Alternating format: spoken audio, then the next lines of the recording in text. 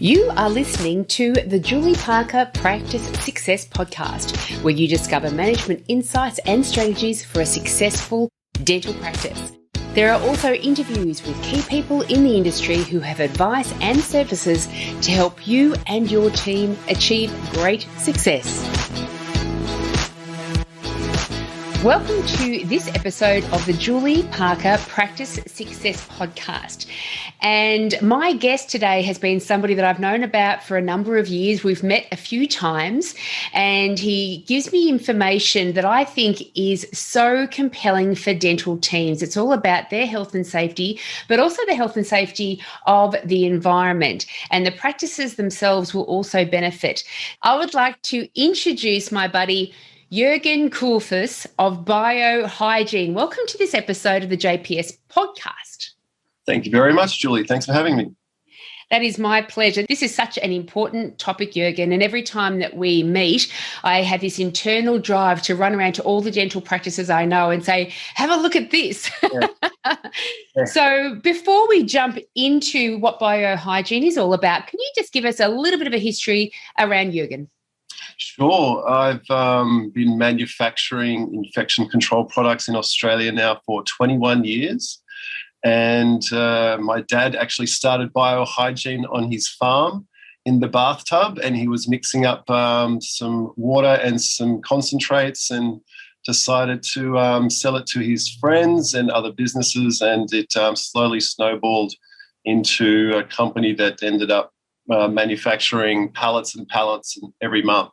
So for about 15 years, we were manufacturing a brand, and it became very successful, and we decided to challenge ourselves and move into more safer and environmentally friendly products. So we just wanted to see what the Australian market would do with that, and it's gone pretty well.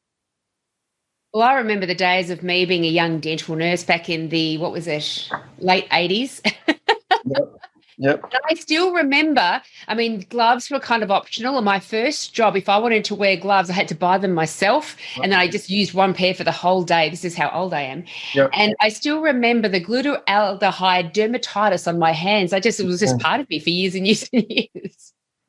Yeah, glutaraldehyde is thankfully still, it has been phased out, almost completely phased out. It's still around being sold.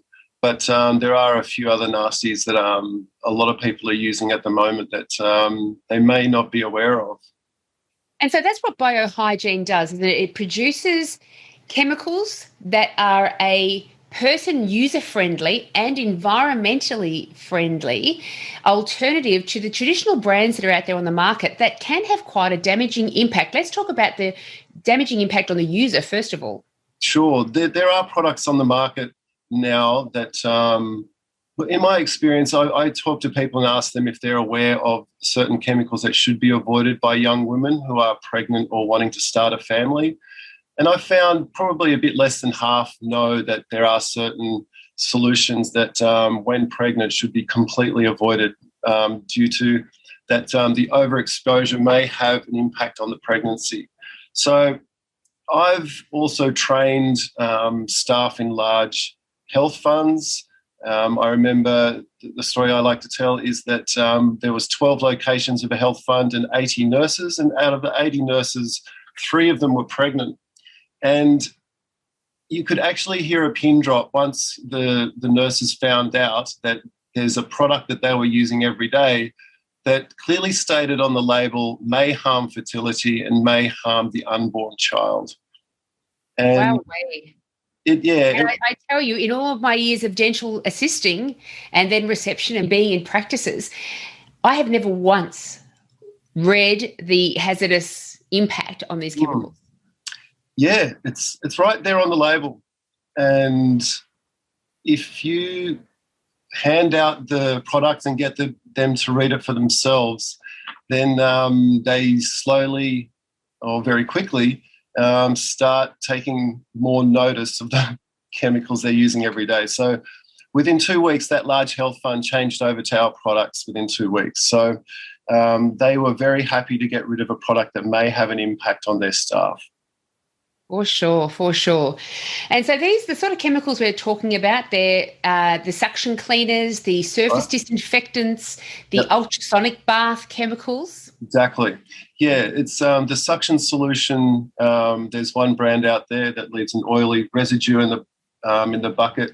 That should be avoided by women who are pregnant, and also an ultrasonic solution. That's the one that it's an American product, and it's clearly states those words of may harm fertility, may harm the unborn child. So that's one of the things I've been trying to get people to notice is the reading of the labels. The nurses are using 6 to 8 chemicals daily, and they're in an air-conditioned room with a bit of ventilation, but there are aerosols and hazardous chemicals constantly floating around, especially between patients when everything needs to be wiped down and clean. So having products that have less of an impact on the user, and also the nurses taking more control and even responsibility for their own health and safety, maybe it'd be a good idea to actually start studying the labels and material safety data sheets of the chemicals they use every day. And if they're not happy with it or would like to, possibly try something new, because some formulas in Australia now, they're about 40 years old and have different standards. German products that we're manufacturing at the moment are certified by REACH, and they are tested for the human impact and the environmental impact. And if they don't pass those tests, they're not allowed to be sold. So they're the products that we're manufacturing and trying to get into dental surgeries now. I remember you mentioning, I'm going to get onto the environmental impacts of a lot of the chemicals that we're using at the moment. A majority of practices are. But you mentioned at our last discussion something pertinent that I thought, gosh, that would be common. Again, I would be guilty of this, that the misuse of the dosages of these chemicals, that quite often we just get to using a splash of or a dollop of these chemicals. We're actually using too much of the chemical for the purpose that it's fit for. That's right, yeah. That's also in the instructions that they are very specific on how the products are used. So they do actually treat the surface or the instrument. Putting in a more of a splash or more of the concentrate into the solution will not make it more cleaner. It won't make it any more cleaner. It will actually probably increase the pH level or lower the pH level, which then could possibly make the solution ineffective, then baking on the proteins and bloods onto that instrument, which then ends up into the next patient's mouth. So reading and understanding, is it 5 mils? Is it 10 mils? Is it 25 mils? Getting that accurate will also mean that your surgery owner won't be spending twice as much on his solutions budget every year, because you're putting in more in. Putting in the correct dosage will help the budget, but also treat the surfaces and instruments properly. Great. So we will be healthier as users of the chemical. We also won't be creating wastage by misusing the chemical once we become much more aware about it.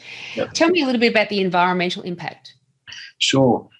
Some products on the market clearly state harmful to aquatic life with long-lasting effects. Some products on the market have a dead fish in a river, an icon of, and it is classed as a marine pollutant. These products are obviously suction solutions that are getting poured down our waterways and into our beaches and oceans every single day. They contain phenols. So the phenols are the chemical compounds that do not biodegrade. Having a product that is classed as a marine pollutant, I'm still surprised it's being sold, being able to be sold in Australia at the moment. Finding out if your products are biodegradable to OECD standards will give you assurance that you're not destroying marine life every day that when you treat the lines. Goodness me. And is that saying that there's like a cumulative effect out there in the environment where there's just layer upon layer upon layer of chemicals that the dental industry are adding to the environment? Definitely. There are thousands of chairs being treated every single day, and all of those solutions are being they're treating the lines. Maybe they are, maybe they're not. Maybe, some products need even an anti-foaming tablet to treat those lines. But when it comes to it, all of those solutions end up in our waterways and our beaches, and they destroy marine life. So that would be gallons and gallons every year. It would be in the tons for sure. Oh, yeah. Gosh. And we presume that all the things around us have been approved by the governing bodies and the testing bodies, that it's all good and safe to use. And so we get sucked into that space of not actually reading the full extent of the instructions ourselves. But like everything in life, and it's certainly been so evident over the past COVID period too, we really need to be responsible for our own health. We need to take those steps in researching what we're using and whether there's healthier alternatives. Absolutely. That's coming back to the responsibility of the user, not only the surgery owner, who is most likely paying the bills, but the dental surgery owner is also responsible for his or her workers. So having them in a safe environment, or a safer environment, would mean that the staff are happier and wanting to work longer hours for free. I don't know. All staff love doing that. You know it so well. I know. So talking about the financial cost element to the business itself, the current chemicals out there on the market at the moment compared to Bio Hygiene products, what are we looking at financially? Sure. There can be quite a bit of savings on the budget, because most of the products that are being used in the country at the moment, they come from overseas, from Europe, Canada, or America. They come over into Australia containing 90% water. So 90% water is very expensive to ship around the world, whereas Bio Hygiene buys the concentrates and then adds the water, which we've purchased from Sydney. So that not only reduces the cost, it reduces our carbon footprint, and it also keeps the profits and jobs in Australia. So finding with all the borders that closed at the height of COVID, it was almost impossible to buy a disinfectant when the borders closed. We were fortunate enough to have plenty of stock on hand because we were manufacturing it here in Australia. And even the state governments were looking for the first time within Australia to find out who's making disinfectants and solutions. And it was a bit of an eye-opener for people to find out that Australians are doing it better than most European and American brands. That's fantastic. And one of the impacts of COVID, certainly when back in the days a few months ago, where masks all of a sudden dried up and we're like, what do you mean we don't make them here in this country? Exactly. So whatever we can do to purchase within our own borders is a big positive step, on top of the obvious that it keeps jobs in Australia, money in Australia as well, and reduces that carbon footprint. That's an enormous bonus to be using Bio Hygiene. Now, I'm starting to tick off all of my objections to switching brands at the moment. It's better for the user health. It's better, and for any dental patients coming in as well. We're so aware of aerosols nowadays. We want to make sure we're creating a safe environment for all our patients moving through the practice as well. We're better for the environment.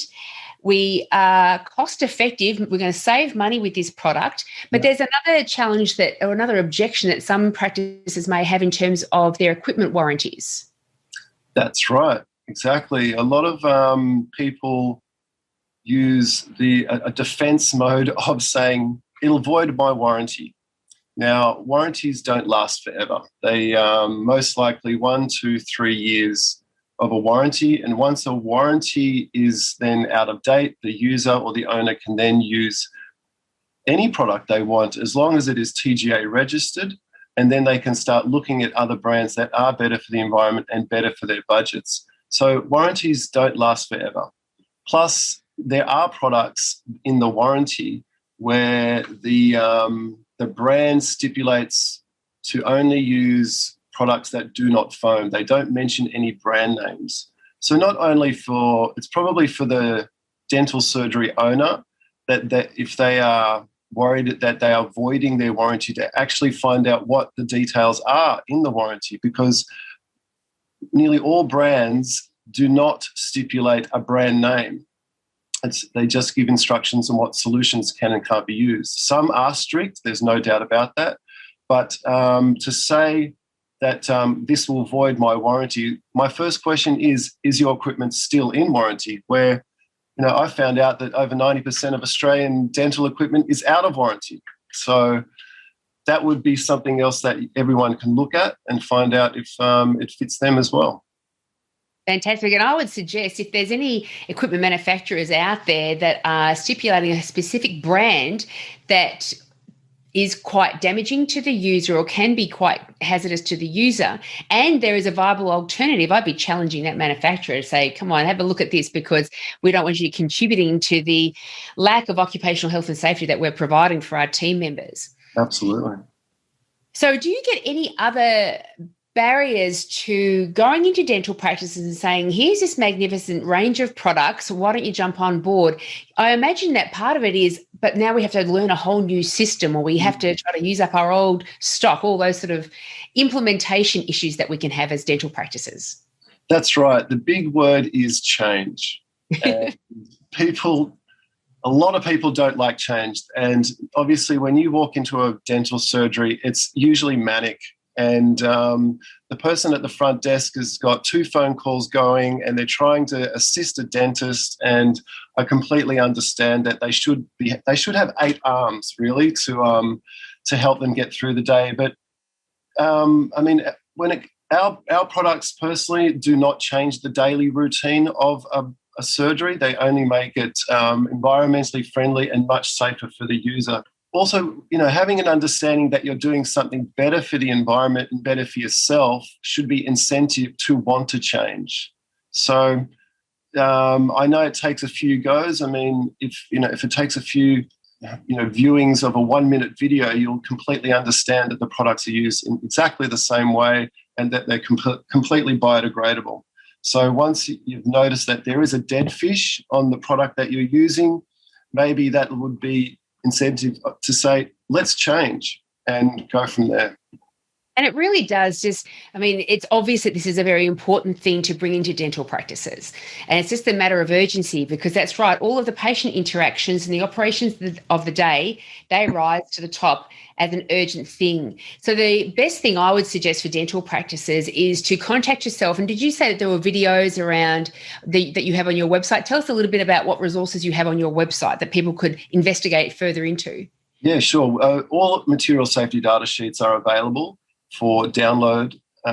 We have a calendar, also a visual guide on how to use our suction line products, because there is actually 2 products. One is acidic and the other one is alkaline. Changing the pH levels in your suction lines will eliminate viruses and bacteria and guarantee 100% suction. The other part of our website gives 1-minute, 2-minute videos on how to use the products. And you'll notice straight away that they're used exactly the same way as the ones you've been using for the last, how many years you've ever been a dental nurse. So it's easy, it's safer, and it's better for the environment. There's no doubt about that. Fantastic. And you could even, as a dental practice, just nominate one person to head up going over to that website, looking through those videos, downloading that guide, identifying which products they're going to be purchasing, yep, and just say, this is the month that we're going to implement this change. It's important enough, and certainly very good leadership from dental practices' perspective that we've identified that there are alternatives to the current chemicals that will make you safer. And your safety is very important to us. So we're going to put this one as a really high priority. Absolutely. It should be a priority. If you're finding out that the products that you're using, the formulas are 30, 40 years old, there are new and better products on the market that can change a surgery for the better instantly. I do also offer the service if you're concerned or have any questions about the products you're currently using. I'm more than happy to do the research for you. I can actually read the label for you. I can read the MSDS for you. Material safety data sheets, they do have a lot of good information. Some are a bit patchy, but if you have any questions about the products you're using at the moment, I'm more than happy to do that for you. But look in there for yourself. Have a look and find out what icons are on there at the moment. Some have even a warning, a respiratory warning on there, a corrosive warning, and the classic is the dead fish in a river, which on some boxes is as big as a beer coaster. So it's pretty hard to miss that one. We get so used to seeing some of these hazardous signs on chemicals.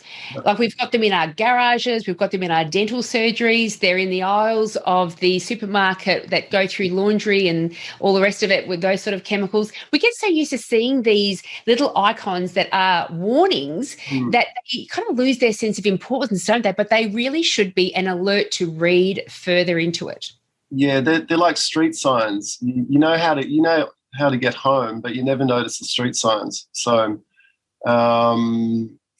maybe do a little refresh and have a look on the labels and see what your potential exposure is. That's something that may benefit you and your future. So the very first step that I suggest all practices out there who are not currently using biohygiene products is the evidence is right there in front of you. This is what this episode has all been about. It ticks off just about every single barrier unless you've got a very freshly purchased piece of equipment that insists you use something else. Right. But as you said, 95% of equipment's all out of warranty anyway. So I would suggest that there are so many practices out there that should be jumping onto the biohygiene.com.au website right now and start a process. It's a simple, short, cost-effective process to make sure you are creating an environment which makes sure that all of the users and the environment as well are not going to be badly and negatively impacted because of these processes of infection control. That's right, yeah. The biohygiene products are available in almost all dental and medical depots across Australia and New Zealand. If you're finding it difficult to find a supplier near you, contact me and I'll put you in contact with the right people. Lovely. And all of your contact details are within the show notes as well. Thank you so much, Jurgen. This is such a, as I say, important, crucial area for dental practices to look at. And it's not like we're raising up an issue with no solution. The solution is the solution. It's your solution. No, thank you, Julie. Thanks for the opportunity. I hope that the message does get out to a lot of nurses and people and users of DAs that are in surgeries every day using what is called a hazardous chemical. Thank you so much. If you would like to contact Jurgen, and I certainly urge that you do, go to the show notes right now, click on the website and shoot him through an email. And if you can't find a local supplier of the biohygiene products, he will certainly get you in touch with a company that can help you out. Thanks again, Jurgen. Have a fantastic day. Thank you very much.